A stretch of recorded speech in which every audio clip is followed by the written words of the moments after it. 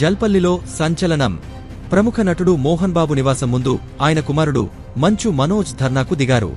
ఈ ఉదయం నుంచి ఇంటిగేటు ముందు బైచాయించిన మనోజ్ తన కారును, విలువైన వస్తువులను సోదరుడు మంచు విష్ణు ఎత్తుకెళ్లాడని ఆరోపిస్తూ తీవ్ర ఆవేదన వ్యక్తం చేశారు.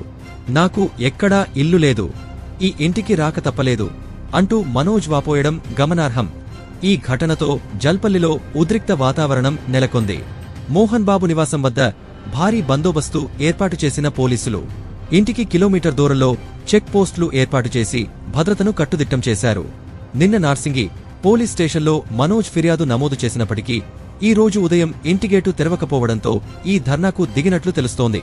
మంచు కుటుంబంలో గత కొంతకాలంగా నెలకొన్న విభేదాలు మరోసారి బహిర్గతమయ్యాయి. గత డిసెంబర్లోనూ మంచు విష్ణు, మనోజ్ అనుచరుల మధ్య ఘర్షణ జరిగిన సంగతి తెలిసిందే. ఈ ఘటనపై మోహన్ బాబు లేదా మంచు విష్ణు నుంచి ఇంతవరకు స్పందన రాలేదు. అయితే ఈ వివాదం ఎటు మళ్లుతుంది, మంచు కుటుంబంలో ఈ వైరం ఎంతవరకు వెళ్తుంది అన్న ప్రశ్నలు తలెత్తుతున్నాయి. ప్రస్తుతానికి పరిస్థితి అదుపులోనే ఉన్నట్లు పోలీసులు తెలిపారు. ఈ ఘటనపై మరిన్ని వివరాలు తెలియాల్సి ఉంది.